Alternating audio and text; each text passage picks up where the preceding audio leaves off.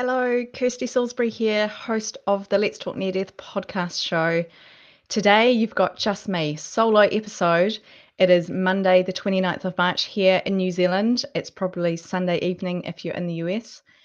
Just want to say a massive hello, a warm welcome. Thank you all for tuning in. And today's episode, it's not even an episode, today's live session has come out of a lot of people mailing me with their questions, a lot of people sending comments, and what I can tell is there's just a massive heart out there to know more, to understand more about these amazing experiences that we're having, whether that's a near-death experience, a spiritually transformative experience, maybe it's something else that's been going on in the background, a belief system, all of these things that are happening. And I get so many messages, which I love.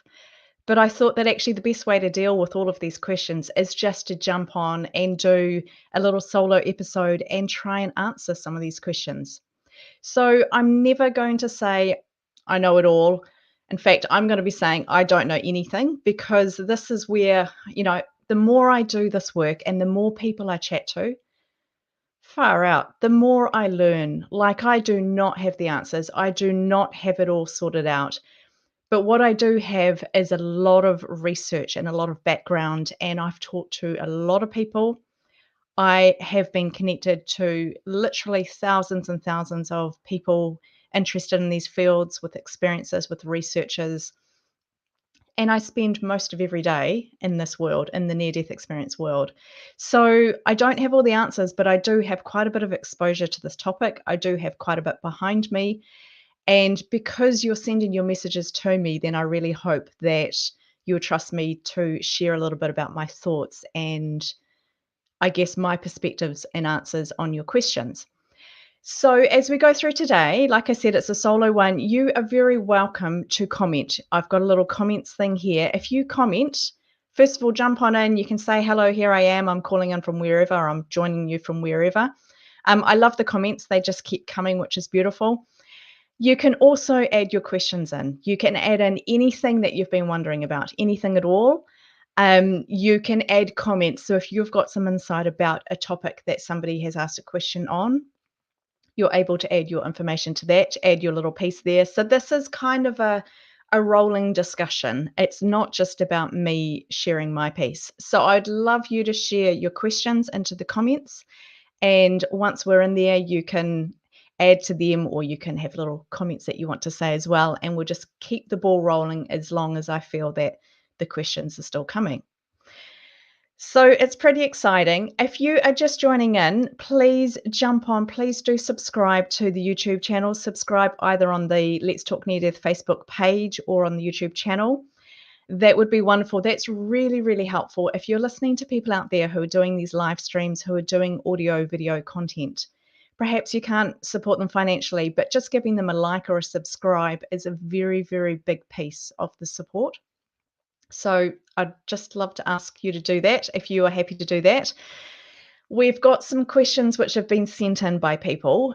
Perhaps they can't attend on the call, or they've had this question. Like I say, I've received quite a few emails. So I've got a little backlog here of questions, but if you want to add your question, just pop it on the comments.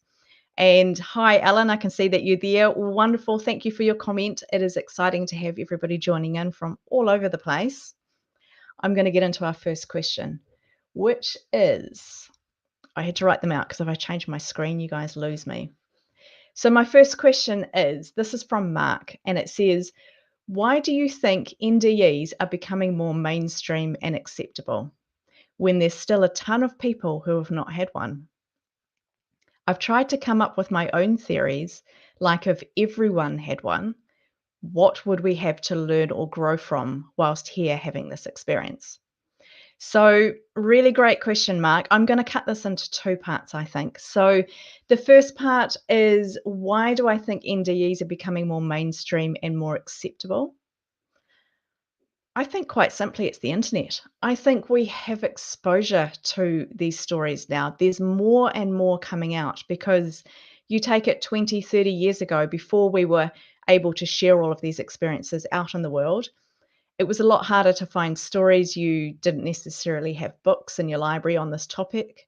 Now it's becoming much more acceptable because there's more people saying, hey, wait, that happened to me as well. So I think we've transitioned from a phase where people who had these experiences felt very much like it was just them and maybe it didn't really happen. Maybe they were crazy, not quite knowing what to do with the experience. Now there's a lot more discussion that's happening, and I think it's because we're all connecting online just like we're doing right now. Becoming more acceptable, the more we talk about the things, the more we realize other people are going through the same thing, the more acceptable it becomes.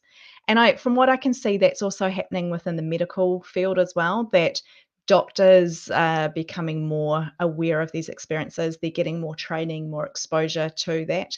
So if their patient has a near-death experience and they talk about it, it's not something that they're going to be put in a straitjacket for, which is how it was quite some time ago. So that's why I think they're becoming more mainstream and acceptable when there's still a ton of people who've not had one. I've tried to come up with my own theories, like if everyone had one, what would we have to learn to grow from while we're here in this experience? Mark, I think if everybody had a near-death experience, it would just be a normal thing. The world, I think, would be in a much better place. I think we would be much more sorted out as people. I don't think we would have half the problems that we'd have right now, because people would have been through that massive transformation, that personal transformation, because you can't really have a spiritual experience, something so big, and then not be changed by it, from what I can tell. So I would say if everyone had one, it wouldn't have the meaning that it does right now. We wouldn't have the same exposure to learning. I get asked all the time, why do people have near-death experiences? And like I say, I don't have the answers, but I do think it's because we're either completely off course and we need to be pulled back into our course, which is our purpose and our pathway, or it's to release some kind of gifting or something that we need to fulfill our purpose at a greater level while we are here. So many things we could talk about. There's so many options. I think the world would be better if we all had them, and that it is a learning place. So that's a really interesting thing, Mark. I don't know if you're on the call. I really hope I've answered your question from my perspective. Remember always that there's two sides of near-death experiences. So most often there's the beautiful, happy space that we hear about, the love, the light, the harmony, the just feeling amazing. But there's also the physical element, there's the trauma, there's the integration with that, there's everything that's going on with that. So it's not always the easiest thing. I know a lot of people end up suicidal, or they're wishing that their life wasn't what it was after a near-death experience. So it's very easy to focus on the spiritual aspect, but not the physical. Whereas, we don't really want to wish these experiences because there's so much that goes on. And I don't know many people that have had one and haven't been through some incredible trauma following that experience. So I hope that helps. We've got a few more people coming in. Miriam, hi from Indiana. We've got Paul. Hi, Paul. Yes, I would love to interview some extra people, throwing some names out there. It's just a matter of time, to be honest. There's only me. There's only so much I can do. And often these connections take time, and I trust the timing in everything. Isabella, hello. Rosalind, hello from Sydney. Gosh, I will come back to your question, Rosalind. Thank you. Doing a phenomenal job. Thank you. Okay, second question that I have. Why would we keep coming back? This is from Sandy. I think what Sandy's asking is, what about reincarnation? Why would we keep coming back here? Now, if you'd asked me a couple of years ago, my answer possibly would have been quite different. But my answer now is, are we actually coming back? Is it back, or are we just jumping the fence a little bit? Are we doing different things? Is time circular? Is it I've forgotten that word, whenever chronological, that's the word I'm looking for. So in terms of reincarnation, why do we keep coming back? Again, I do think it comes down to learning. We're here to learn. People go, well, why do we need to learn? We talk about learning to progress, to get to the next level and the next level and next level. And my question for a very long time has been, what's at the top of the levels? What are we aiming towards? I don't know. because it's very different for all of us. So I think that we might think that we're aiming for one thing, but actually it's totally wrong. We're over here, which is where we can't have judgment on anyone's lifestyle choices or the way that they're living things, their purpose, their plan, because we're all here. I believe we're all here with very different, call them assignments, different things that we need to do. So reincarnation, I would say we keep coming back, and I'm going to say back, Sandy, just because that's your words. We keep coming back to learn. So if we have a lifetime and we don't get the full learning experience, or we don't live the actual path that we need to, we don't fulfill something, or we don't have, I think every lifetime is a catalyst for ongoing lifetimes. So if we don't fulfill what we need to do, then potentially we will come back and do that again. Again, though, are we living all at the same time, parallel lives? Is it chronological? Is it how it looks? I don't know. So I hope that helps, Sandy. I would say it's a learning ground to experience things as well, because we need to have different experiences to understand different things. There are conversations out there that perhaps we've got angels, or we've got other people who, not people, but other entities that have been here on earth. They've walked in a human body, they've done different experiences, and that's what's enabled them to now be in that kind of higher place, I suppose, which would help them to fulfill what they need to do to help us. So I think that some of us need to just go through this experience because that's what we need to go through. I'm not sure if that's making any sense anymore. So I'm going to park that one, Sandy. I love the question. I love the topic. And if anyone else wants to add to that, please feel free to do that. Okay, Alan, we've got a question. I'm going to go through my email questions first because some of these are a little bit older than I'd like them to sit there. So I'm going to go through them. Then I'm going to come back to all of the comments questions. But I will just say hello to people as you're coming in. We've got Patty. Hi, Patty. Kitty Cat. Now, I love that name. I'm an animal lover. I love cats in particular. You're not coming back to this place, no way. I hear this as well. I don't know if we have much choice.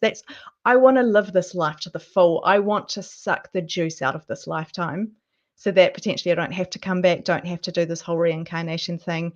Plus, I really think that life is for living to the full.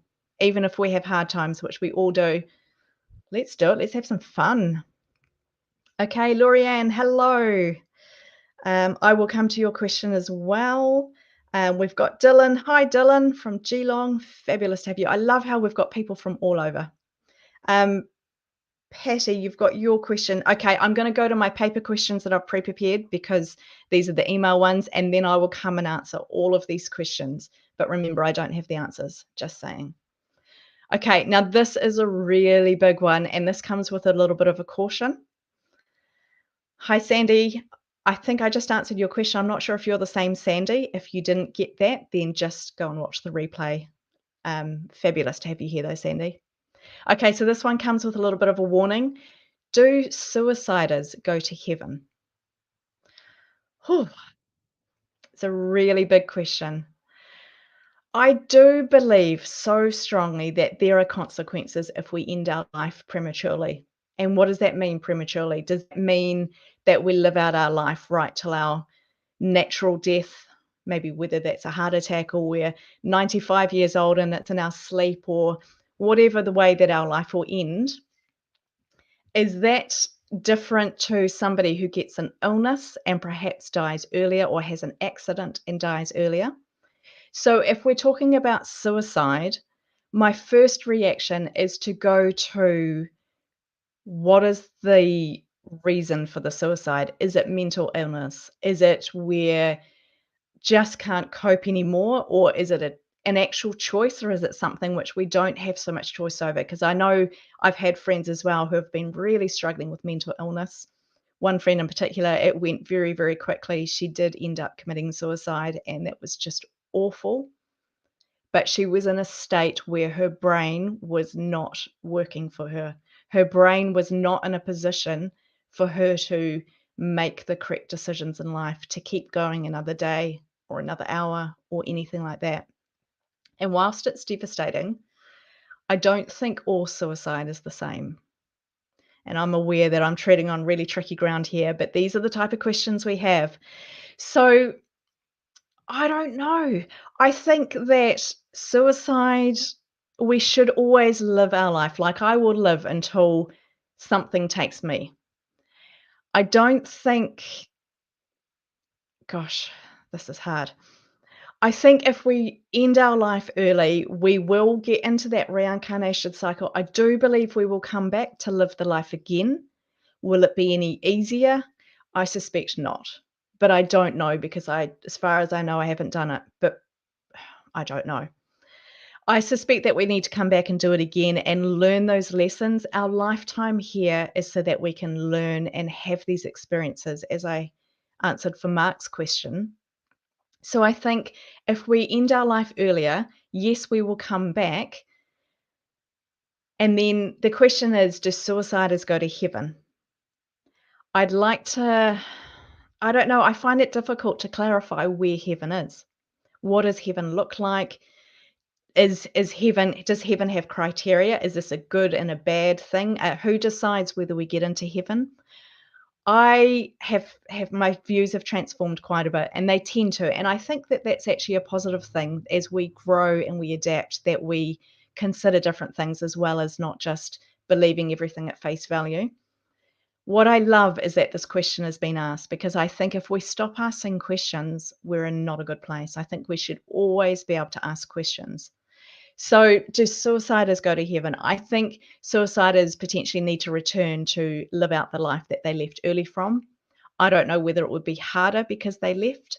I think suicide's a very gentle topic or fragile topic because we don't know the reason behind the suicide. Like, we never know what someone else is going through. Even if we think we know, we never actually truly know.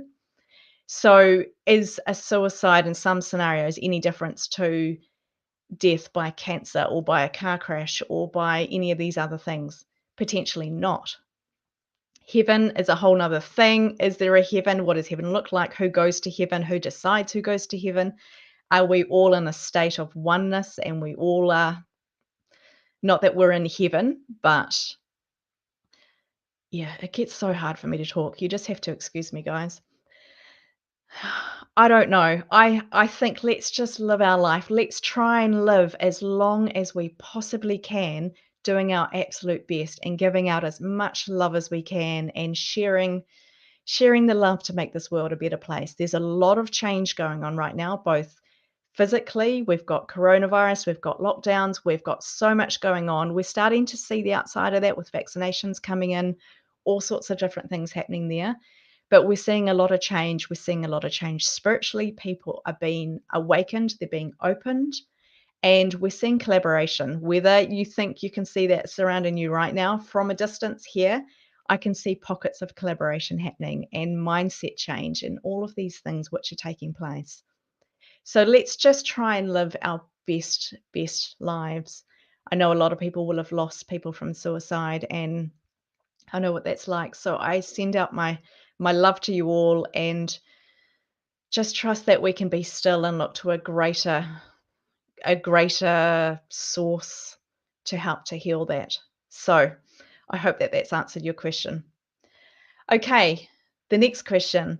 Why do some people get spiritual gifts following an NDE and some don't? Oh, I love this one. I love it. I think sometimes we don't know about them. Sometimes we try and shut them down. I think we all have the ability to tap into these gifts. I don't think we necessarily need to have an experience to tap into spiritual gifts. I think we can learn how to do them through, whether that's through meditation, whether that's through connecting in some way, to your belief system, to your God, to your divine source, to your higher self, whatever that is. I believe that we all have access to spiritual gifts. And I think that so many of us don't tap into them. I was talking to a lady this morning and she was talking about healing through sound.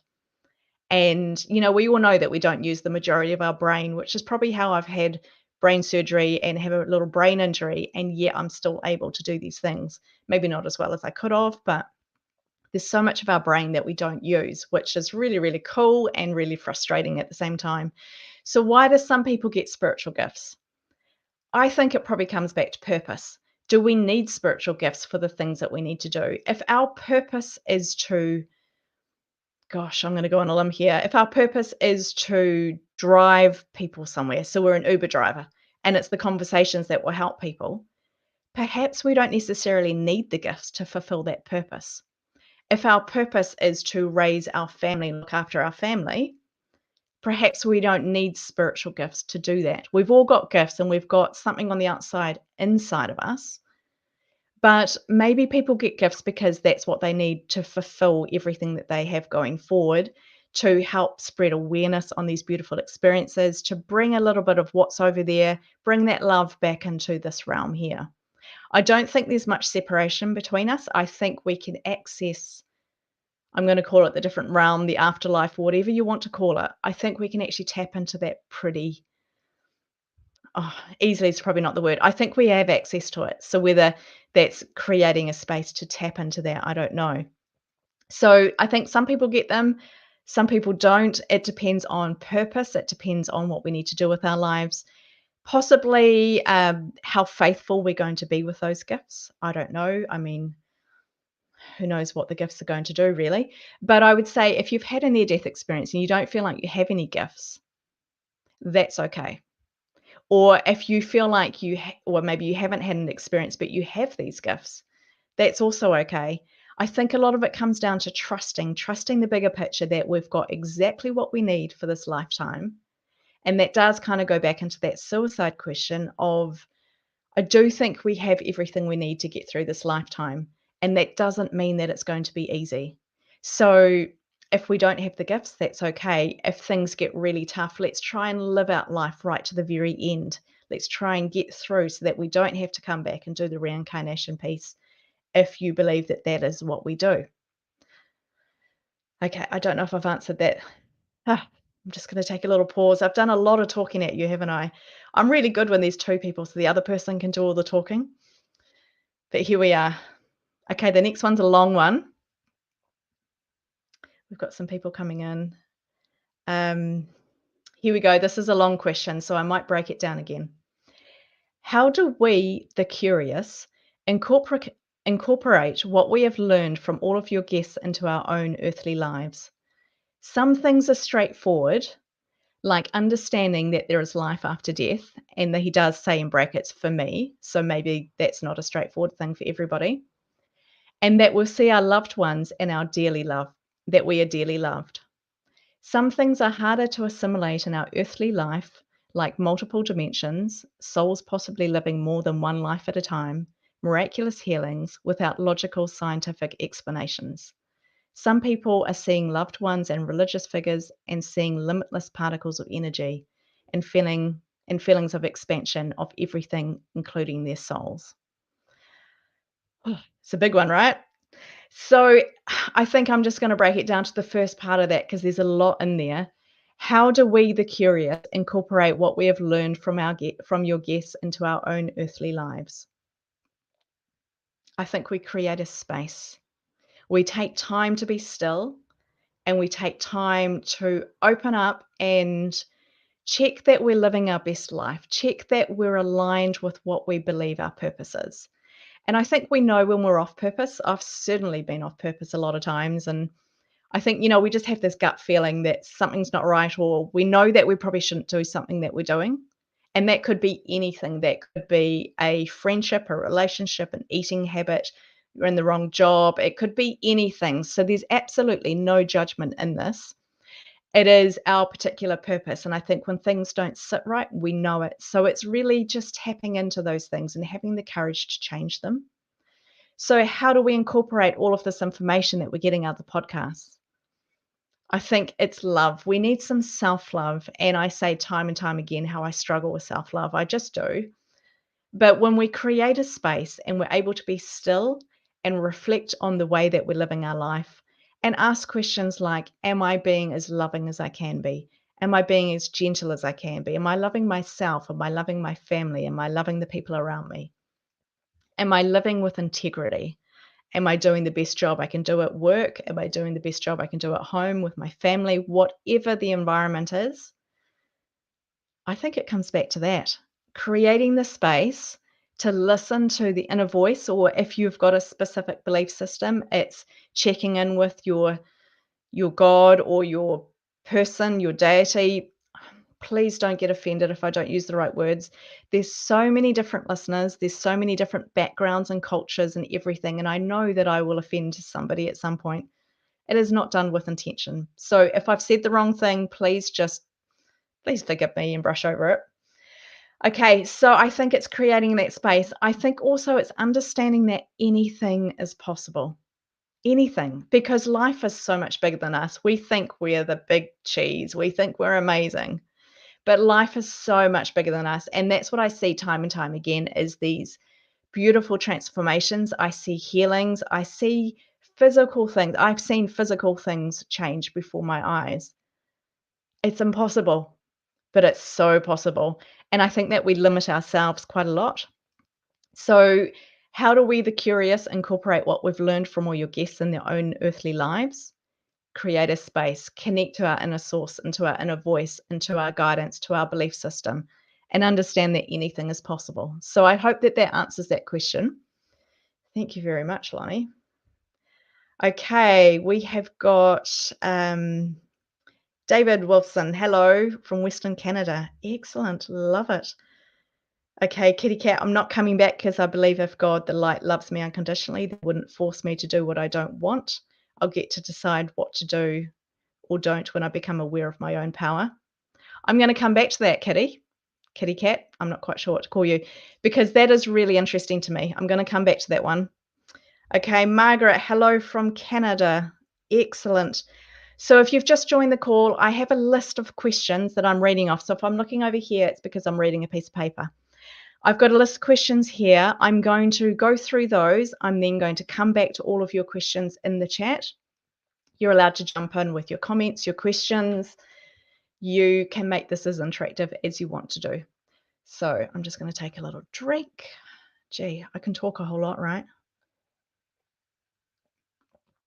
Okay. The next question is, this one's from Lydia. I love this one too. It's another long one. I am 47 years old and I've been listening to NDE stories since I was a teenager. That's a long time. That's awesome. I've not had an NDE experience myself, but I wonder mostly about people who have done horrible things like rape or murder or bullying, etc. Is there no justice? Spiritually or physically, these acts are extremely harmful and cruel. And I don't understand how so many experiences seem to think that everything is forgiven upon death. This makes no sense to me, and I'd like to ask if you could talk about this. Is there justice? This is such a good question. Thank you, Lydia. I love this question. So, I do think that there's some kind of justice, but I want to bring it back to purpose. And again, I don't have the answers. It depends who you talk to. I've heard different concepts, different accounts on this. People have different beliefs on what happens here. I think that we all have a particular part to play. We've got a purpose. And some people have explained it like a stage play that everybody has their role. And so you've got the goodies and the baddies and the ones, all the different roles within a stage play. And that we come here in our soul groups and we live out our stage play. And they all sort of interconnect to all of the other stage plays that's going on. So that's a very simplified way to look at it. In that case, the person who is living out the role of the baddie, they're doing a fantastic job because they're aligned to their role. So if we had the, I don't know, cops and robbers or what, I can't even think of anything right now, the bank robbers, if they go and if they get in to rob the bank and then they end up giving everybody hugs and giving away money, they're not doing a very good job as a bank robber. So perhaps we could consider what is the role for everybody? What is the purpose that we all have while we're here on earth in this time? So I do think there's justice. I do not condone bullying, rape, hurting people. I do not condone anything like that because I do believe we need to come and be our best. And I do believe that the bank robbers would be so much better off if they never took that role in the first place, if they actually just stepped back and they were trying to be the loving, kind people. But all I'm saying with that is, what if that was their role? What if that was their purpose? What if they had to come and do that because there's a greater purpose connected to it? So there's a learning that goes on. I'm thinking, even with like Hitler or something, a scenario like that where there's major, major hurt, there's death, there's murder, there's all sorts of horrible things going on. If that is needing to take place so that learning can happen on a different level, or we don't know what's going to happen future generations. So I think a lot of it is trust, but yes, I do not condone any of that, but I do think that there are times when actually that was what we agreed to. People talk about how we have soul groups. A soul group is summed up very lightly is when we are in a group of souls and we come back, and each time we have a different role. So at the moment, you might be the mother, next time you come back as the father, then you'll be the child, then you'll be the grandfather, or you might be I don't know, whoever else might be in your life. And that we're all living in these soul groups all next to each other, like little tribes or little clusters. And they all kind of overlap at some time. So it comes back to that, I think, is what is the purpose of that? If we need to go through that to have that experience, if we've in our soul group have agreed before we came here that so and so was going to rape somebody or hurt them in some way, that's an agreement made that's way bigger than our physical realm. So then that needs to be played out here. So I think, yes, there is justice at some point. I think if it's intentional pain, yes. I'm just reminded right now as well of life reviews. And I have heard so many accounts of life reviews, and they're so cool. I find them really fascinating. Life reviews is when they feel. So you might be having a near-death experience or some kind of spiritual transformation. I've heard of life reviews in what's the flying that you do in your sleep? I wish you guys could talk back to me right now. Um, astral projection, astral travel. I've heard of life reviews taking place in them. I've heard of life reviews and spiritually transformative experiences. So a life review, if you're not familiar with it, is basically where you get a rundown of your life, all the moments that you've had in your life. And you might see all of the interactions that you've had with other people. You might see things that you did that really hurt people.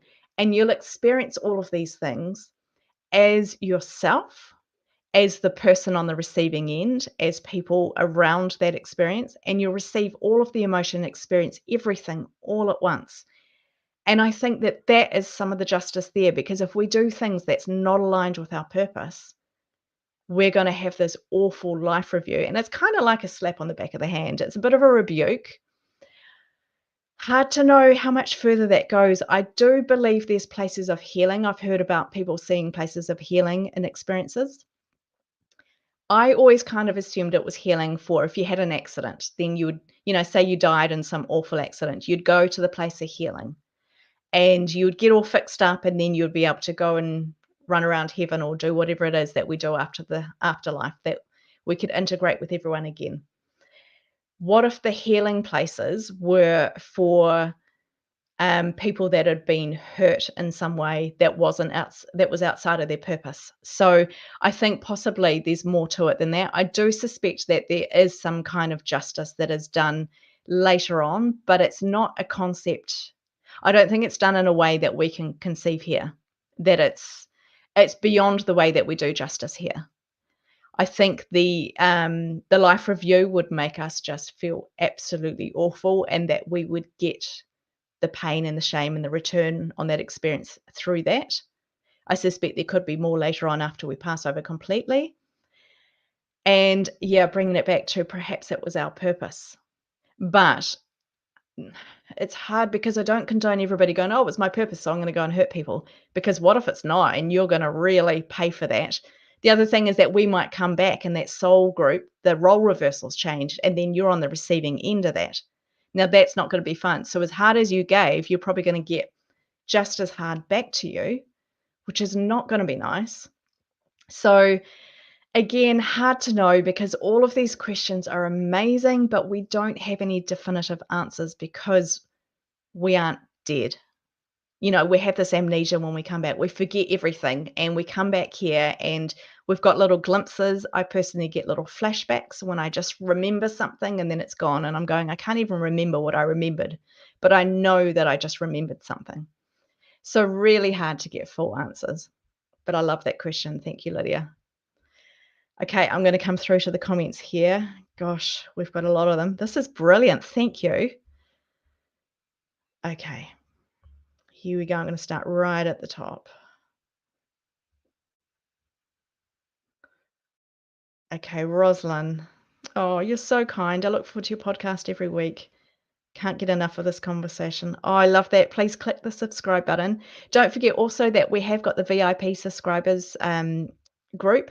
So that's for VIPs. You pay a little monthly fee. You get extra content. You'll get some behind the scenes content. When I do my guest interviews, I often capture like what is the most important thing to you right now, or if they have something extra that they want to share, then we pop that content in there. It's not public. You only get that as a VIP. You also get early release. You get ad-free watching for the first week. So that's in there. Anyway, back at 18, I had a car accident and I clearly remember seeing myself slumped in the car.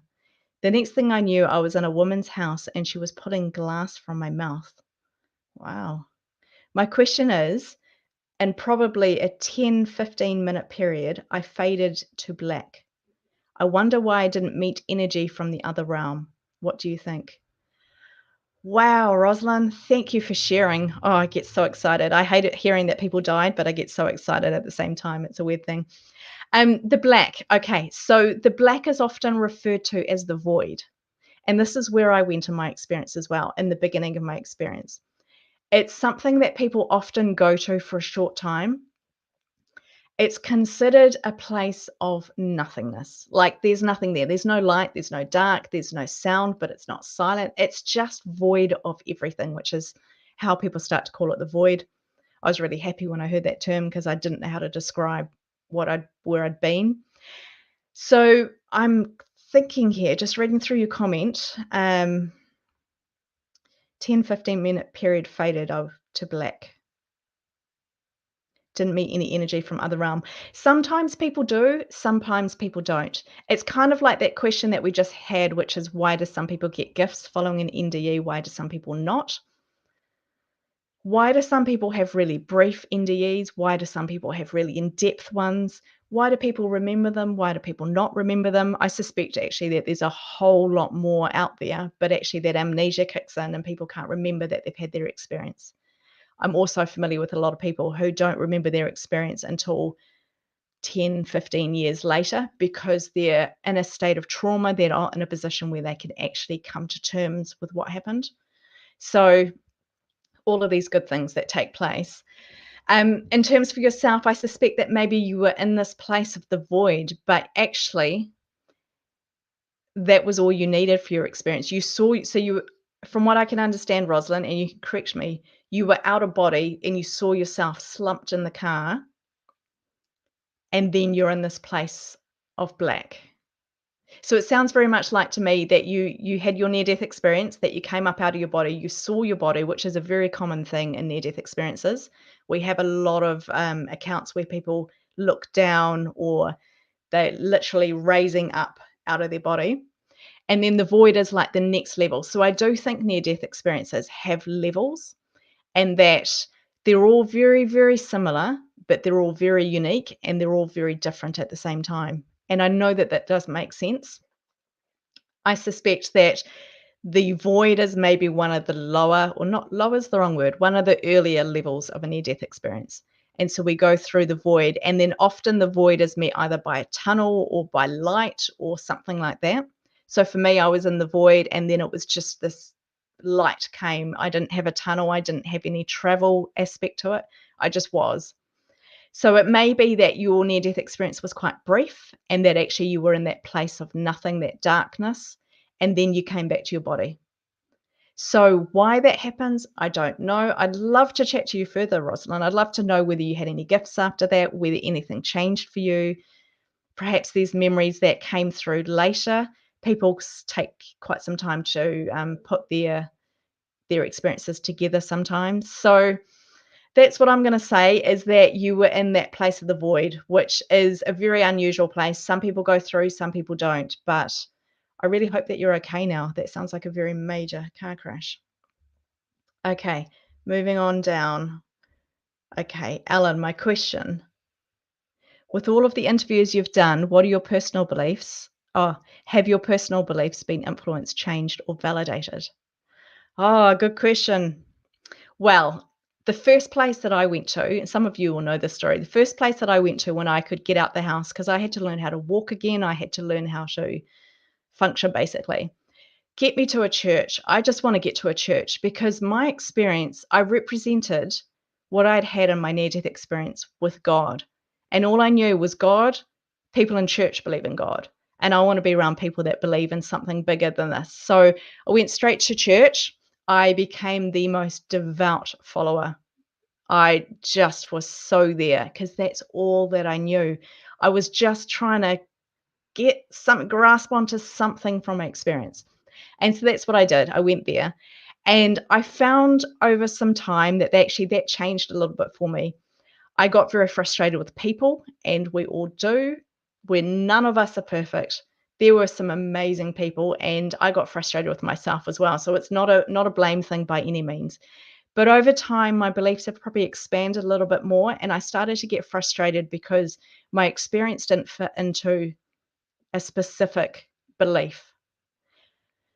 So that's probably it for me. It's still expanding. Like I say, every single day I learn new things. Every single day I'm challenged by my own belief systems. What I do believe is that we are connected, that love is the answer. I believe that we are one in a very unusual, obscure way. We are one, we are connected. I believe love is everything and that we must live our kindest, nicest lives while we're here. Go and have fun, squeeze the juice out of life, but be kind to one another. We need to embrace life. I do highly, highly respect every belief system. I respect people that love God. I respect people that follow Jesus, that follow whoever. And I think that it's all about our personal journey, our personal purpose. Um, Gosh, it gets quite hard, Ellen. It gets really, really hard to say. You can't, I find it hard to put words on it. But yes, I believe. So yeah. Yeah, I hope that's answered. I've gone around the houses a little bit with that one. Okay, so here we go. I'm finding that the ND this is from Lorianne. I'm finding that the NDE experiences are becoming more complicated. Instead of I went into the light and saw my relatives on the other side, recent episodes are sharing that they're seeing past lives and seeing people that are partly living on the other side and starting a new life on the side as well. The latter is a little mind-boggling. Your thoughts? Yep. And I'm going to bring this back to the internet, Lorianne. I think now that we're sharing so much, like the amount of information that we can receive on a daily basis is enormous. And so, what may have been 20, 30 years ago was a book somebody wrote, and then somebody might say, oh, I had an experience a little bit like that. We were still very guarded. We didn't want to share too much because we were afraid we'd be locked up or put in a straitjacket or medicated or something like that. I think now, based on the first question we had, which is why they're becoming more mainstream and acceptable, is because we have so many more ways to share these experiences, so many more ways to research them. Everywhere you look, you can find information if you want to. And so, in that, people are feeling less afraid to share their experience. They're feeling less like they're a freak. They're feeling less like they're in danger if they share their experience, which has its pros and its cons because I want to hear the experiences. I want to hear the true, genuine experiences. I love the experiences. But in everything, there's always the people that will go, oh, this looks exciting. I'll join this bandwagon. So that's not so cool. But this is going to come no matter what it is. We're going to have maybe some people who aren't so genuine in whatever we do. So the conversation is a whole lot bigger than it's ever been because now we're talking about the near-death experiences. I saw the light. There was a tunnel. I saw past relatives. This is the conversation that we had for so long. Then now it's starting to expand into other things. And what I think we're probably finding is that a lot of the near-death experiencers are now having, we've talked about how people come back with gifts. They're potentially coming back and having more spiritual experiences. And so then they're being shown more, or everyday people are having spiritual transformative experiences. It's all over the place now because as a people, we're becoming a lot more open. As a people, we're hooking into new things all the time. So I'm just going to come back because I tend to talk and then I lose it. So please pull me back on track if you need to. Okay, they're becoming more complicated. They're becoming more expanse. Yeah, I can see why you're saying complicated. It's true. But I mean, my world is opening up when I think about all of the topics. We had the near death experience topic. Now we've got all of these side topics that link in, but they're not the topic itself. And then they've got their topics. So we talk about past lives, we talk about reincarnation, we talk about healing, we talk about outer body, and the list just goes on and on and on. So I think that's probably why it's getting more expensive is because we're able to talk about it a whole lot more with the internet. Um, Starting a life on this side as well. I know you said that this is a bit mind-boggling. I totally agree. It is mind-boggling because I was talking to someone recently and talking to them about they believe that someone reincarnated. And then my question is, what happens when you reincarnate? Are you still a past loved one? Or are you no longer are you the new incarnation? And that's where it gets really mind-boggling. And then you talk about parallel lives, how we could potentially be living the same lives all lined up. Boom. So big, such big questions. But I love that you're asking questions. Um, I think the conversation is huge. I think it's going to get bigger. I think we need to keep asking questions. We need to be open. And there'll be some things that really don't sit right with us, whether that's because of our belief system or the way that we're raised or just our personal experiences. We don't have to believe everything. We can actually refine what we believe. And that comes back to the question of how do we incorporate all of the learnings? We create a space and we get still and we connect to whatever it is we believe in, and we try and align ourselves with the purpose for our life. And I think that's where we don't get overwhelmed by it. So I hope that that's helpful, Lorianne.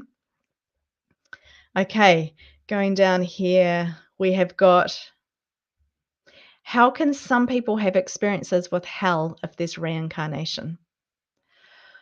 Oh, wow, I've never considered that. I've never had this question before. This one is from Patricia. So thank you, Patricia. Feel free to chime in, team. Feel free to put your comments in there. The question is, how can some people have experiences with hell if there's reincarnation? Maybe this is part of the justice piece that Lydia was talking about.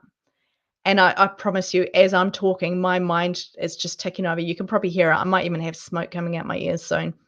My mind is on overdrive because I'm going, this is a great question. Maybe it comes back to the justice piece that the hellish experiences are a response to undue things that we've done to people in our life. Some people would say there is no hell.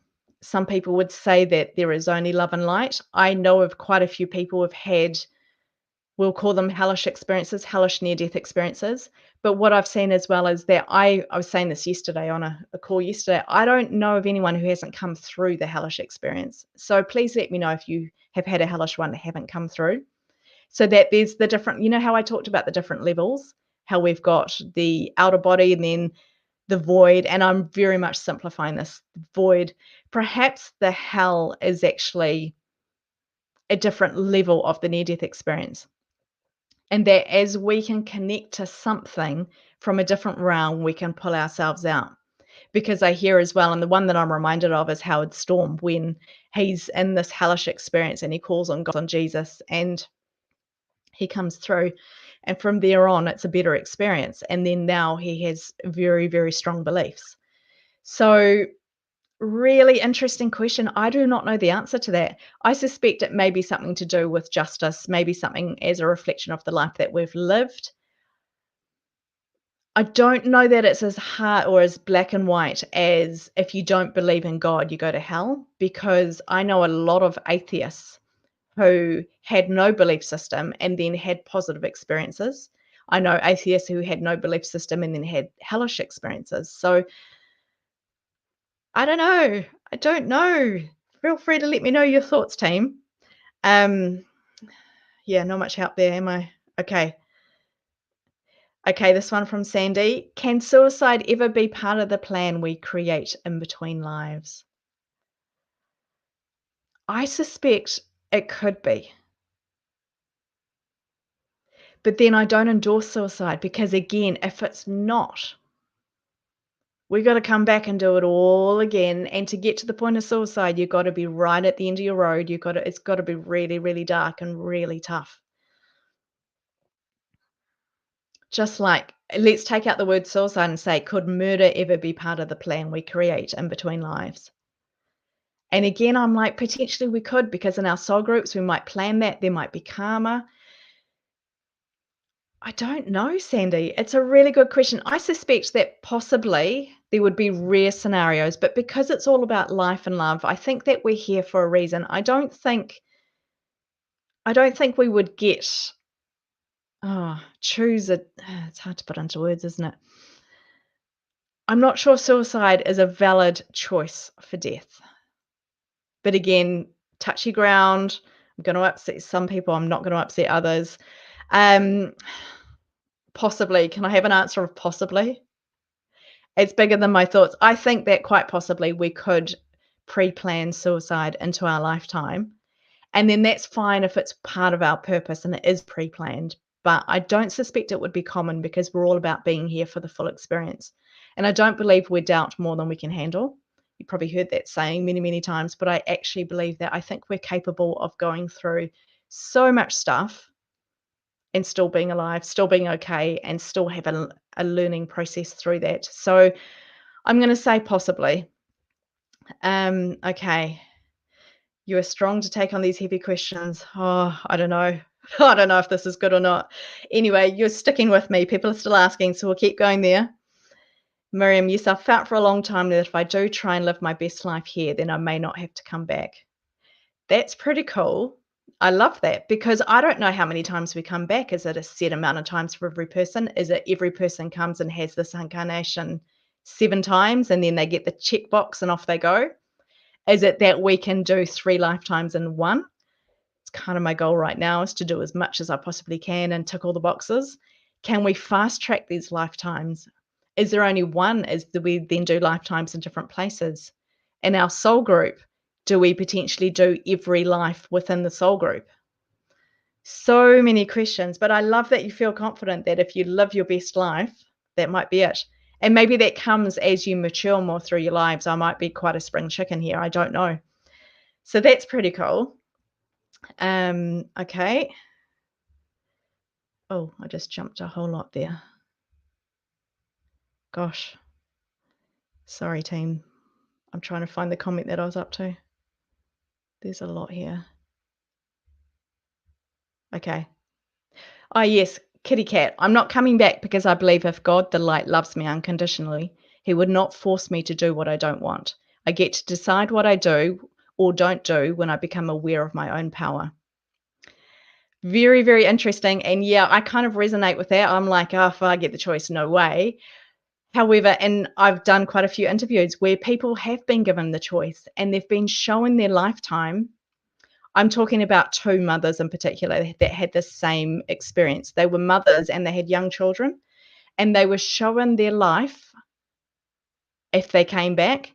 They were shown their children's lives if they didn't come back. And they saw all the pain and grief that was associated with all of the family dynamics and what they would go through growing up without their mother. And so despite being oh, now I'm losing my earpods. Despite being in this most amazing white light and loving environment and just, yes, I never ever want to go back. This is me. I'll just camp out here. They saw the glimpse of their children's lives and they understood their purpose piece and they chose to go back, both of them. And that's where I'm like, man, they are brave ladies. So, yeah, you're saying I've never come back, but I think if we need to be convinced otherwise, there's always going to be that draw card, right? Play the little emotional string. I don't know. I don't think we can guarantee anything, is probably what I'm saying. So, interesting thought. Okay. Um, this one is from Margaret. What I hear from some who have experienced NDE is that everything is as it should be, and the message is brought back. What, in your opinion, does that mean? It's very difficult to hear. It's all how it should be when although life offers many good experiences, it's messy, hard, and so much suffering. So these are actually some words that I've spoken. When I woke up out of my coma, I said, everything is perfect. It's exactly as it needs to be. I had tubes everywhere. I was paralyzed. I was dribbling. I had surgery. Like, it was not okay. Everything was not perfect. It was not exactly as it should have been on the physical realm. If I was in the physical realm, I would have been like, no, this is terrible. But there was something bigger than that. And it comes back to that purpose thing as well, I think, Margaret. I think life is messy, life is painful, and we've talked about different things. We've covered suicide, we've covered murder, we've covered lots of negative things, these hellish experiences. I think they're all there to teach us, to educate us, to give us this experience and to enable us to grow. And so, yes, it's messy and it's ugly and it's painful and we just want to go away. But actually, it's all perfect. It's exactly as we planned it. It's exactly what's in front of us to get the most out of this life. It's exactly where we need to be at the right time. So it doesn't give much comfort. But like I said before, I don't think that we get challenged more than we can handle. I think we get given everything we need to get through this life. I think we've got the goods, we've got the love and the support. And again, I'm going to take it back to let's create that space to be still, to connect in, to be grounded, to understand why is this all happening. And so I know in crisis moments, I totally know in crisis moments, you go, why is this happening to me? But what if we can flip it around to why is this happening to me? Rather than a blame, what can I pull out of this? What am I here to learn? And I'm not going to guarantee anything, but I'm pretty close to saying that I think if we can focus on what we can learn and why this is happening in a positive point of view, it's going to make the whole situation a lot easier. It's going to make everything, easier to deal with, to get through. I do think we attract things. And I think that if we can try and focus on positive rather than negative, then we're going to bring in more positive. I'm not talking airy fairy Pollyanna stuff here. I'm talking about if you are around someone who's positive and happy, you tend to be positive and happy. If you're around a grump, you kind of find that your whole emotional tone goes down and you find yourself a bit grumpy. It's the same with everything in life. So, yeah, no airy fairy stuff. I'm talking about practical, everyday living here. So it does get messy, it does get painful. I think on a spiritual perspective, if we are aligned and doing our absolute best and trying to live a life full of love, a life full of purpose, caring for people, living with integrity, all of these things, then I think that everything is exactly as it should be in a spiritual point of view. And it's just about tapping into that. And I'm aware how easy I just said that, as if it's like some easy thing. You just tap into it. Trust me, I get it. It's not that easy. But I do think everything's as it should be. But maybe it doesn't look like it is. But on a spiritual point of view, it probably is. Okay, here we go. I hope you're all okay. I have talked nonstop. Okay, hello. Oh, Stuart. Stuart, you're amazing. You're one of my VIP super subscribers and you support the show financially in a very nice way. So thank you, Stuart. It is fabulous to have you here, tuning in from Southern California. Okay.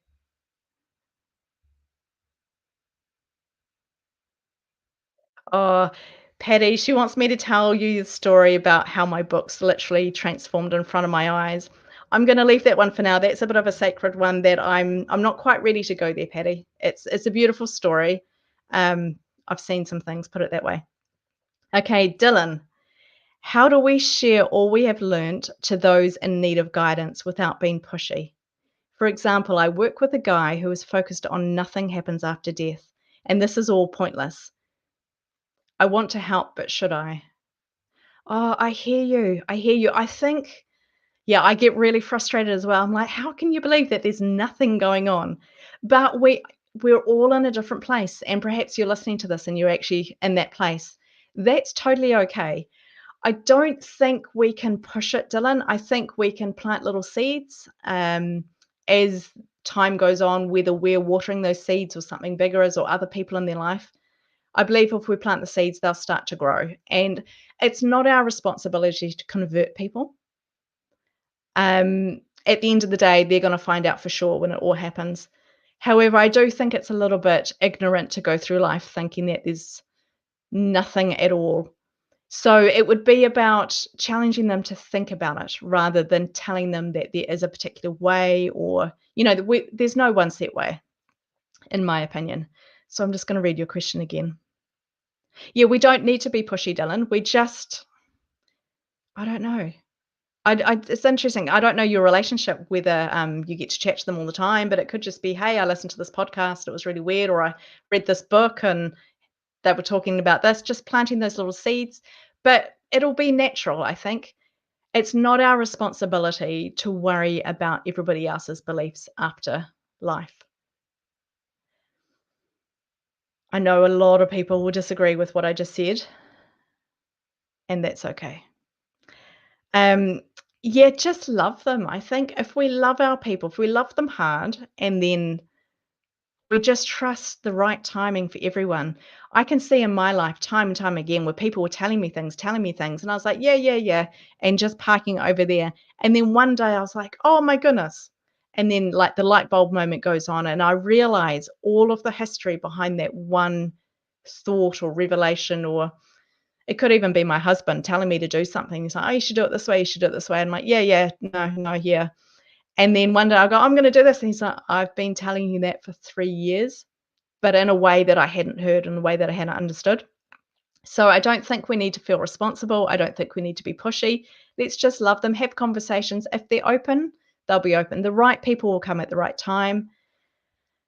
I hope that helps. Yeah. Okay. On our way to work on a bus, so can't stick around for long, but just wanted to say hi and I hope you're doing well. Oh, thank you. I think I say your name Kayan. I'm not sure. Oh, if you're watching the replay, hi. I hope your bus trip went well. That's really lovely. Okay. Those are good answers, especially the life review explanation. I hope some of this is making sense. That's all I'm going for. I feel the call to do this work and I kind of go, I don't know what I'm doing, but here we are. So I hope that it's helping someone somewhere. Okay, David says, I suspect that justice is when we awaken to our true self. This is true for the good and bad for the ugly. Okay, interesting. Yeah. I do believe, Lydia, that there is some form of justice. I just don't quite have it. Okay, thank you, David. That's really, really cool. Okay, Colleen from NH. Happy to be with you here. That's cool. Okay, what about those that die but don't have an NDE? Yeah, and that's more common, right? My earpods just playing around again. That is more common to have. Oh, hang on a second. I'm not sure that I understand your question there, Alan. So you're saying what about those that die but don't have an NDE? They're then dead. Can you add a comment? Just I'm not quite sure what. Maybe that was connected to something else we talked about. But yes, I suspect that. Um, Yeah, I believe that they'll be in a better place, but it's all dependent on all of the topics we've been talking about and the life that they've lived and whether they've connected to purpose and lived a life of love and integrity, basically. Feel free to add to that because I'm not quite sure what the question is in that. Colleen says, yes, every NDE share normalizes it. Yes, it does. Maybe not within your own family, but at least on groups like these with same-minded folks. Totally, Colleen, and that's why they're becoming more mainstream. We're starting to see NDE stuff in our mainstream media here, which is awesome. It is totally getting normalized, which is a really good thing. I think it's really great. Okay, Marie, my question is, did you find through your research, chatting, etc., that some people who have had an NDE feel like they've left part of them behind? Yes, I do feel like that. More often, it's more that they've brought a piece back, and it's talked about people who have had the NDEs, Marie, they feel like they went back to where they were before, and they've come back. There's a part of them there, there's a part of them here, but often they bring a little bit from the other side back, and I know that when I had my experience, it sort of lingered for a few days. I just felt like I had some goodness that was I just brought something back, and I was just in this beautiful space. What I've learned is that we can all tap into that. And so again, it's that being still, it's the connecting piece. We can tap into those amazing emotions, amazing feelings. They're all there. But yeah, people do talk about, I feel like a part of me got left behind. I'm not whole. The bringing it back to suicide, a lot of experiences go through a suicidal patch where it gets so rough because they want to go back, they want to feel whole again. It was so amazing. Why would I be here when that was so amazing? So yes, they do feel like they've left a part of them behind, but then quite often as well, they talk about how they brought something back with them. It's the whole amnesia piece. So we don't remember things when we come. And yeah, it's interesting because I think we can tap into it. And, I like to think so. I try and tap into it, and I feel like I can. I feel like I can tap into the good stuff, and that gets me through quite a few things, especially when I'm in an awful situation. I remember I was at the dentist once, and I was getting some work done at the dentist, and I was so not enjoying it, as you pretty much do with dental work. And I remember just trying to tap into that space, and I kept saying to me, "This is just an experience. This is just a place we're here for." I don't know how long, 15, 20 minutes or whatever. And I was trying to go, you'll be all right in 15 minutes, tapping into that space and relaxing and trying to be there. And it sounds a bit woo, it sounds a bit crazy, but it really did help me get through that dental experience. So yes, I hope that helps. I love the NDEs have opened up a whole new genre of STEs. I've had many STEs. So an STE is a spiritually transformative experience. And yeah, they're becoming a lot more talked about now as well. And I've heard of these right throughout my life. Some reason people come and tell me their experiences like way before I did the podcast. And I remember one guy in particular saying, I was having a cup of coffee. Next thing I knew, I was up on the roof and I was looking down on myself while I was drinking my coffee. And then I ordered another coffee. And, you know, that's quite a weird experience. But he was going, what do you think I do with this? And I was going, what the heck? I don't know. I don't know. So, yes, they are becoming more known about, more mainstream, and it's opening up a whole lot more, which is really, really cool. Again, the internet's doing that, which is awesome. Complex may be a better word than complicated, and I like the word expansive too. Yes, I love that. I'm not quite sure what that was in reference to, so I can't backtrack quite to that. But yes, complex is definitely a good word than complicated. We sort of we complicate things, we make things more complex. I like that. You like the word expansive? Yes. Okay, Alan says, what do you think of the book Journey of Souls? Oh, wow. I'm currently rereading it. It's normally right here on my desk. I'm currently rereading it. I find it super, super interesting. It was one of the first books. Oh, not the first. It was an early book in my whole spiritual discovery journey, I suppose. And I just found it so, so interesting that we're all going through this different journey and yet probably all together doing different things. I'm not going to say too much about the book because I know a lot of people here maybe haven't read it. A lot of people have read it. I'm still in the process. I've just literally read a chapter or so. So what happens with me is that I forget things. Even now, every question up until right this moment, I cannot remember. It's gone because my brain can only hold so much information. So I'm not going to dwell on it too much, but I found it very, very transformational for me personally. It really opened my eyes up to what is possible, what is going on. And it was interesting because I was given that book right as I was going through a bit of a breakdown. Like I say, none of our lives have been easy. And it was actually my psychiatrist that gave me the book. And he said, oh, I'm not really allowed to do this. So just pretend that you found this somewhere and read it. And it transformed my life. So very interesting. I recommend everyone to do it, actually. I'm going to put it on the book list for sure. It's a brilliant book. Okay, here we go. Seeing intense scenarios of terrifying stuff doesn't prove a hell. It is reflective of a seer's mindset. Quite possibly, David, quite possibly. We can't prove anything, can we? And what's hellish for one person may not be so bad for another person. It's all about where we're at in life, what we're going through, what we're equipped with. Some of us have these gifts where things sort of bounce off us and we don't take them on board as much. Some people don't, so that's interesting. Sandy, in NDEs, maybe they are warnings, or what could be if things don't change. Quite possibly. I've heard of a lot of people who have had warnings of things to come. I was talking to a lady just this morning and she saw COVID before it happened. There can be warnings of what life will be like if you choose a certain path, if you do certain things. So absolutely, they could be warnings. Warnings is quite a harsh word, I feel. Um, Yeah. I don't know. I don't know. I think we need to just be still more than anything else. Okay, kitty cat, the NDEs I've listened to regarding hell have been wake up calls to the experience. Yes, they are. They're actually quite terrifying. And that's as an outsider, that's not even as an experiencer. There are more and more of them coming to light. I do have a few that I've interviewed, a few people have had them. I have people talking to me about them. I talked to two people yesterday who've had a what we call a distressing near death experience. Some of them are downright terrifying. Why some people have those, some people don't. Again, we've sort of touched on that in the call. I'm not 100% sure. Patricia says, if hell is forever, then there's no such thing as reincarnation. Yep. So again, it's all coming back to our personal belief system. So we need to ask our own questions. We need to work out what we believe for ourselves. We need to tap into some high entity because trust me, it's not us.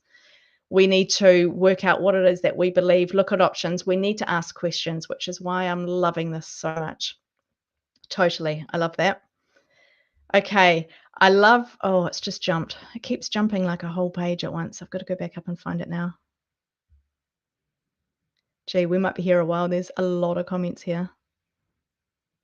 You are welcome to come and go. There will be a replay.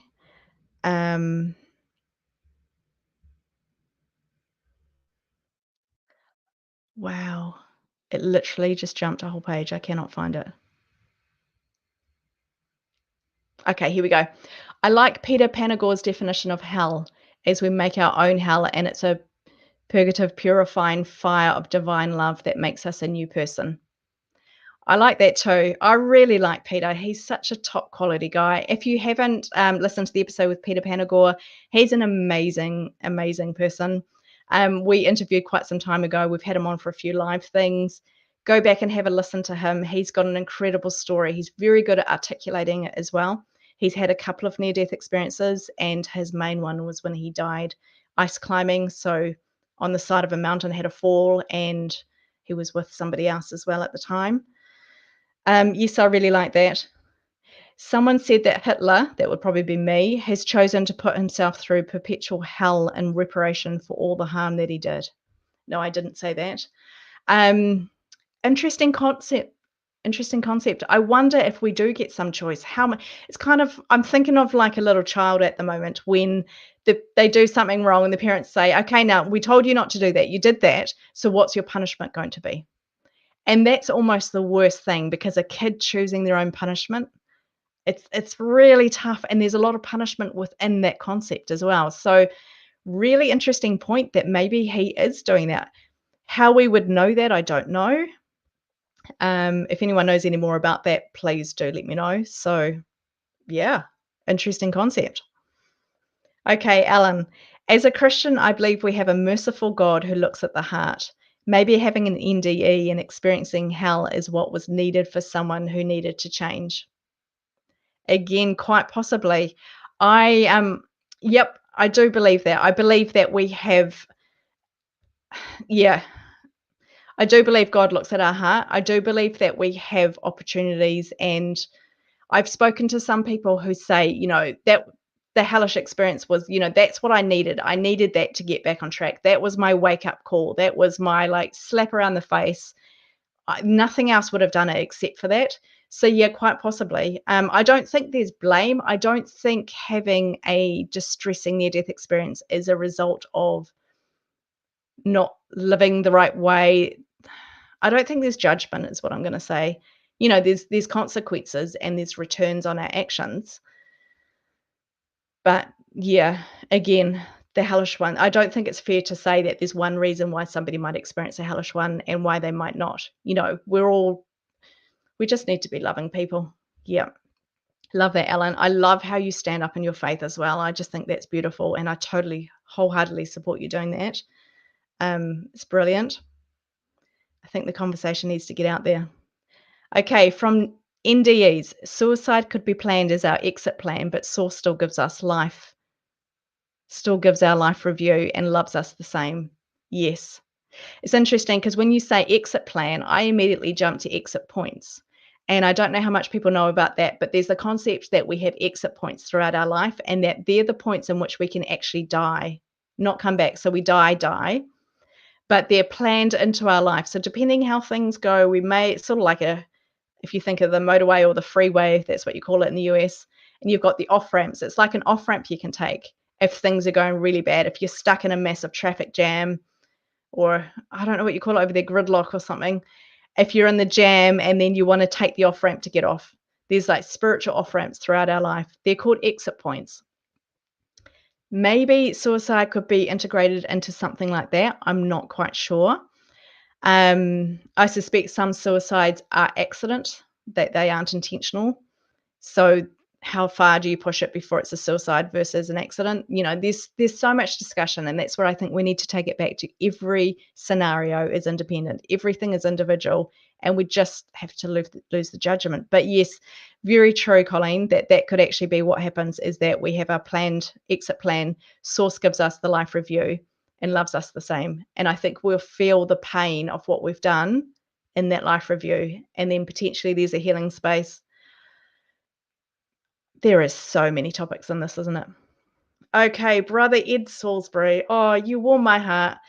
Ed Salisbury, we are not related that we can find. Ed's been on the show, him and his partner Cheryl, and it's just been fantastic to hear all the stories. We chat a little bit. We are not related that we know of, but great last name. Your insight and wisdom shines. My third NDE included a past life recall that explained much of my this lifetime characteristics and challenges.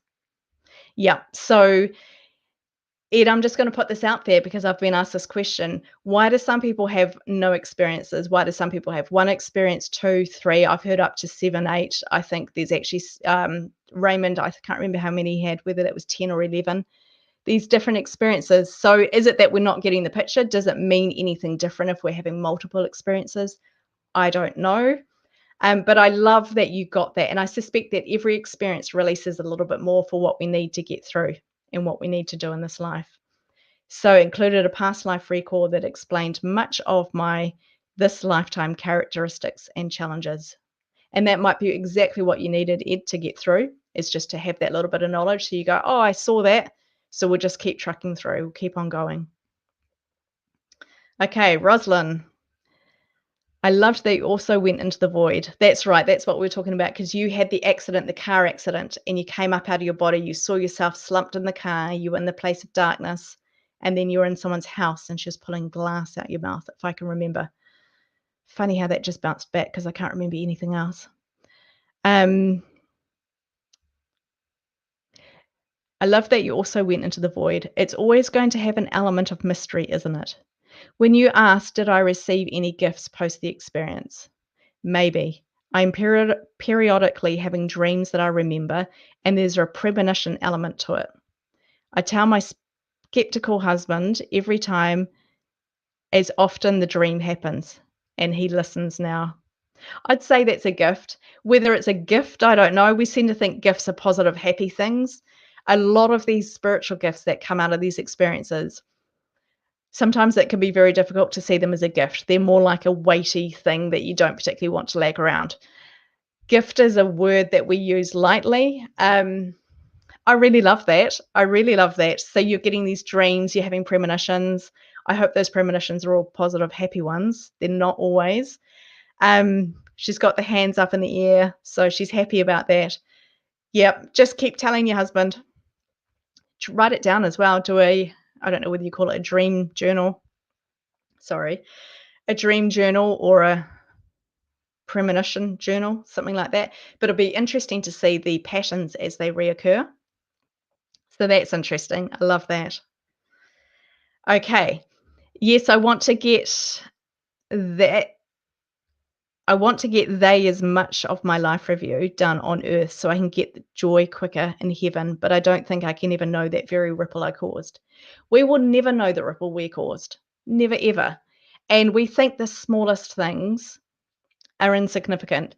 Sometimes the smallest things are the biggest things. And I did a call recently. Oh my goodness, that's gone now. Okay, we'll just have one. I did a call recently where Andy Petro was on, and he was talking about how he loves to just make people happy, how he loves to make their life better for having met him.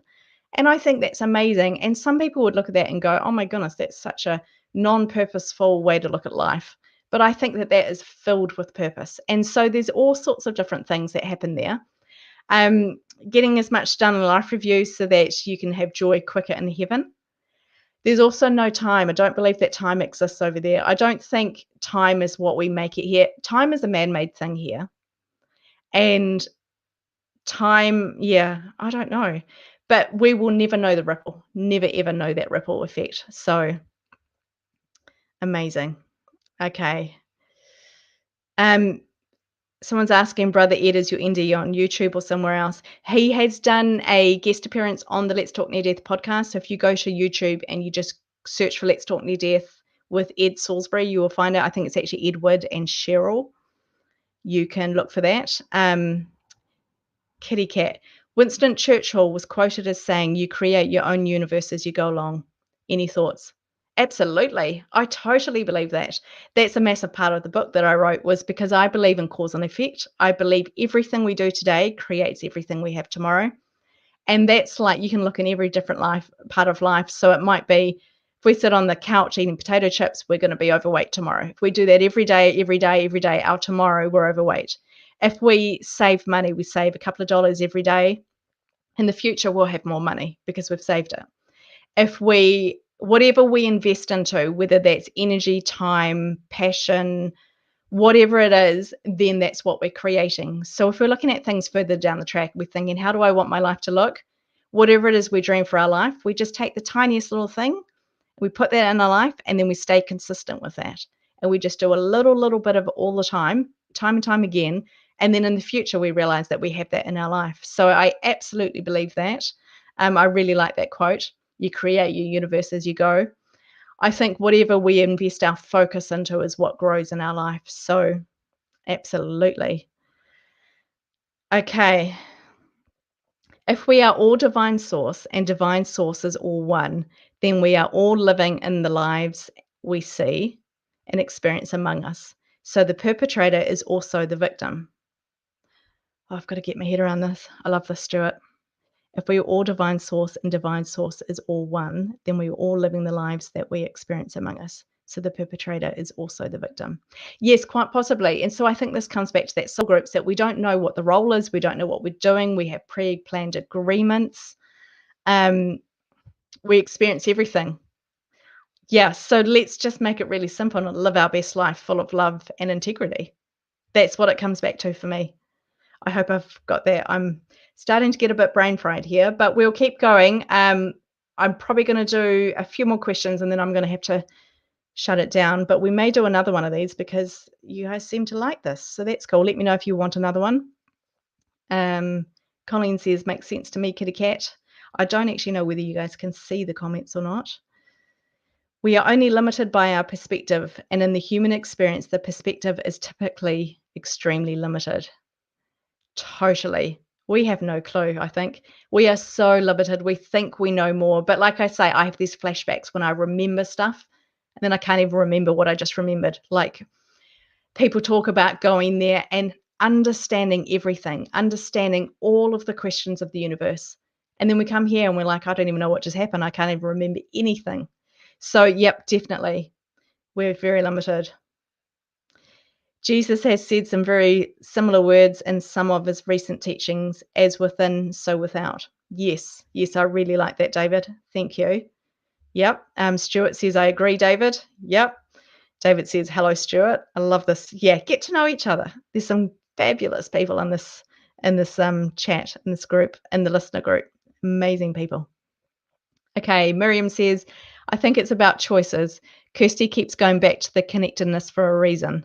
Staying connected gives us guidance and helps us to make better choices. Just my thoughts.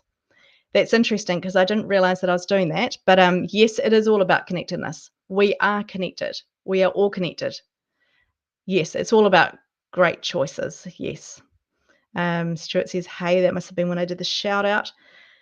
Dylan, you are so welcome. It is fabulous to have you here. Happy to answer your question. Colleen, I appreciate you saying it's not our responsibility. So many people I wish could get it. I do agree with you. Oh, well, that's good. I can't remember what that was about. But yeah, we are not responsible to change anybody's beliefs or anything in any way. We can't make it happen. I trust in divine timing. I trust that if we are authentically us, people will be attracted to our conversation. The one I always get is when people ask me, "So what do you do?" And I'm like, "Oh, what do I say?" And then I start talking about near-death experiences, and more people want to hear, and more people want to hear. So I just trust that the right people will be in the right place at the right time. That's pretty much all we can do. It's not our responsibility to save anybody or to convince anybody, because it's an internal piece. It's got to be authentic. It's got to be real. We plant the little seeds, and then we're nice, loyal, happy people in their lives. Um, Ed says, see Facebook, Edward Salisbury, for some links on his NDE presentations. So you can do that. What are your thoughts on the AWARE study? Right now, Paul, I don't have any right at this moment because I'm not aware of the AWARE study. Perhaps I am. I'm just a bit brain fried. Send me a link. I would happily look into that. There are so many things. I get people sending me videos and books and links and suggestions and everything every single day. There's so much that I look at. There's so much that I can't look at because it's just literally me. Send it through. I would love to look at it. That would be really interesting. Colleen says, thanks, Brother Ed. Alan says, having an NDE involving hell might be just what they needed to see change in their lives to the positive. Exactly. We just don't know, do we? We do not know. I really like that. Colleen, I think people who flatline but come back have no NDE story or memory. Not necessarily. I've heard of a lot of flatlines. I myself flatlined twice. Not necessarily. It depends. And I think some people, like I said earlier, they don't remember it straight away. So not actually sure about that. Colleen says, I try not to evangelize. I try to share my experiences. Perfect. I love that. Absolutely love that. Margaret, do you hear about aliens and NDEs? Are there common themes about aliens? Yes and yes. So I hear a lot of them, and I'm not sure who it was. It might have been Lorianne was saying earlier the NDE experiences are getting more complicated because there's all these other topics opening up. This is one of those other topics. So whoever said that, yes, I do get a lot of people talking about aliens or extraterrestrial experiences. It is a thing.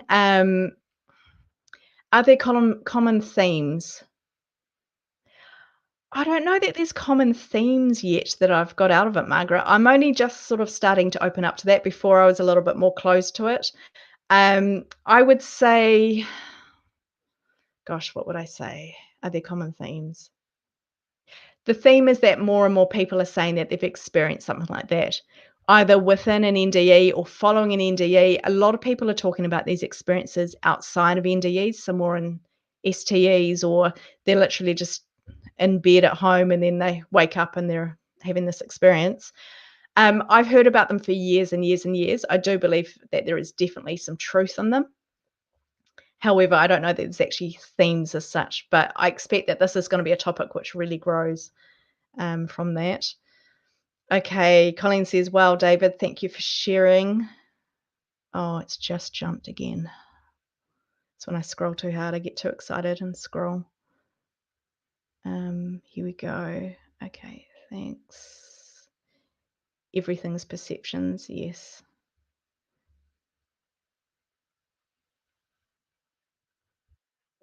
Colleen says, thank you so much. We could spend all day with you.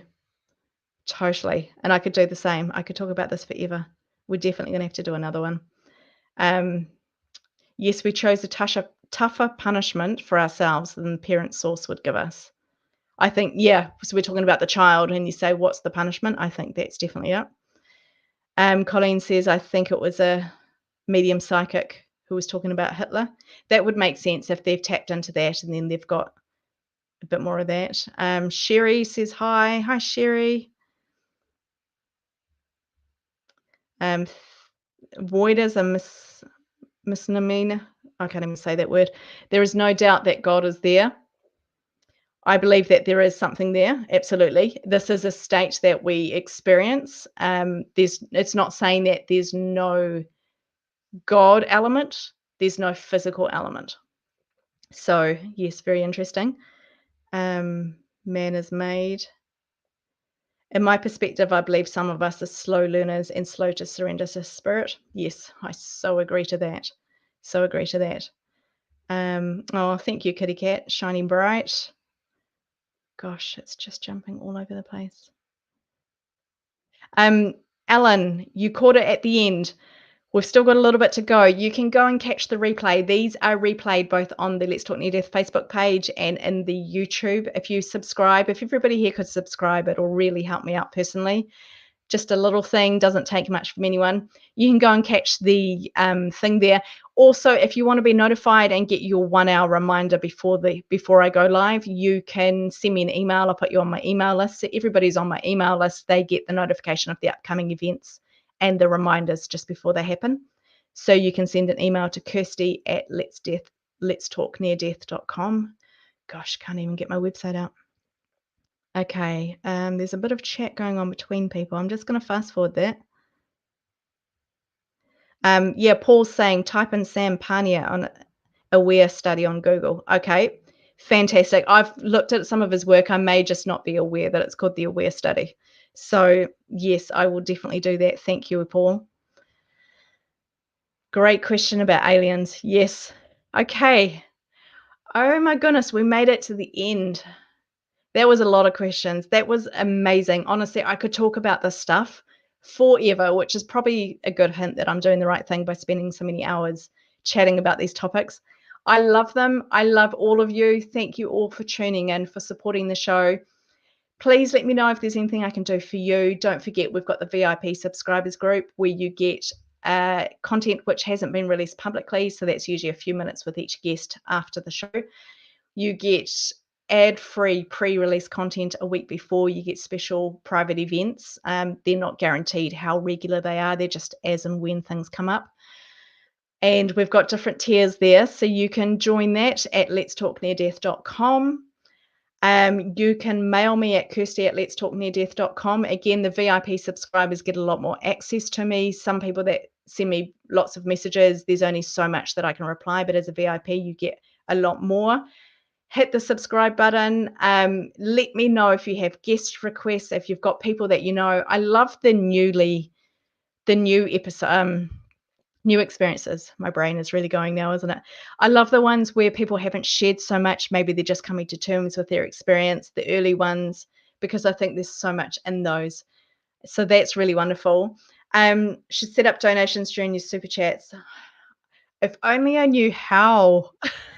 That's terrible, isn't it? I love that idea. Feel free to let me know how. Feel free to jump on board with that. This is fabulous. I will be back. We've got a release that just went out this morning. Paulina Howfield. She had an amazing experience. What I remember from hers is she was just going up and up to different levels. She could see herself coming up out of her body. She'd go to a level, she'd be there, and then she'd go another thing up out of her body, and then she'd go another part out of her body, and she ended up out in the galaxy, and then she had an amazing in-depth experience. So go and listen to her. She was released this morning, New Zealand time, so probably about 6 or 7 hours ago. David said Paulina as well. She's quite amazing, isn't she? I really enjoyed chatting with her. And I will be back. Thank you for joining the live sessions. We've got a couple more coming up. We've got one with Jeff Jansen. He's the life lessons. Oh my goodness. Kind of remember now. Amazing episode that we had with him. So he's going to be talking about that. We've got Edie Nathan coming on. She's going to be talking about dealing with an NDE after it's happened. So she'll be talking about the grief aspect, about integration, things like that. So that's awesome. We have so many episodes coming up. We've got lots pre-recorded. I'm just frantically trying to edit them all and get them sorted. So please hit subscribe so you get the notifications. Thank you all so much for joining me. Got to get rid of my notifications here. And I wish you a fabulous evening or a fabulous day wherever you are in the world, whatever time it is that you're listening. And thank you so much for your support. All right. Have a fabulous time.